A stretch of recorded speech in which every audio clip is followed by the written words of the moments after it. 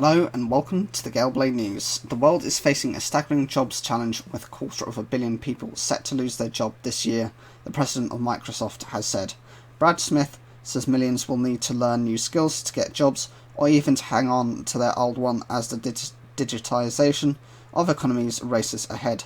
Microsoft recently announced a plan to deliver skills and training to 25 million people globally this year. It will offer training, skills, certifications, and help finding jobs.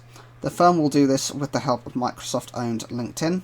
However, Mr. Smith admitted that many jobs in many countries would be beyond the reach of digital retraining. It's true that the nature of work varies widely around the world. Not all jobs can be digitized, particularly in the developing world. We live in a world of internet inequality. If we don't do something about it, we're going to exacerbate all the other inequalities that we all worry about. This is a task beyond any one company or any one government, but if we can reach 25 million people, we will feel like we are doing our part. Microsoft will spend £19.6 million on this program, which will strike many as fairly small, given this is a company whose value has increased by $500 billion in the past year. If big US tech looked powerful before COVID-19, it looks imperious now. Just 5 companies make up 20% of the value of the S&P 500 index. Does he understand why many feel big tech is too powerful and needs reining in? Tech is a powerful tool, but it can also be a formidable weapon in the wrong hands, he says.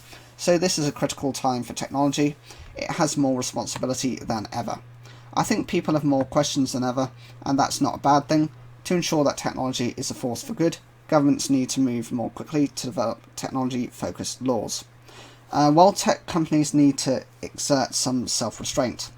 Getting global agreement on how to regulate and tax technology has proved notoriously difficult, and many countries are nervous as the increasing digitization of their economies makes it harder to generate the tax revenue they will need to pay for the trillions of dollars of damage COVID-19 has done.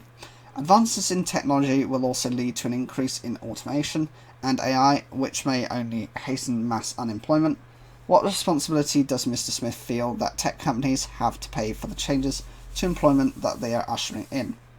He thinks there is good news, which the government have all the access to tools they need to make sure that tech companies remain responsive and responsible under the rule of law, he says. Fundamentally, the responsibility of companies and countries is to make sure that people have the skills to ensure they reap the benefits rather than suffer from the consequences of the changes unleashed. He thinks we all need to recognise that tech cannot solve everything, but nothing can be solved without us. So what do you think of this rapidly changing technological world? Are you someone who's quite prepared for it? Are you looking forward to that? Perhaps more people will kind of be working from home rather than having to travel into offices?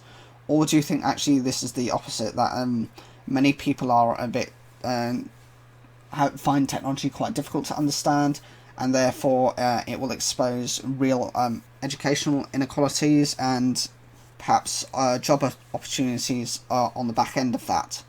Whatever you think, leave your comments down below. Like the video if you enjoyed it, and don't forget to subscribe.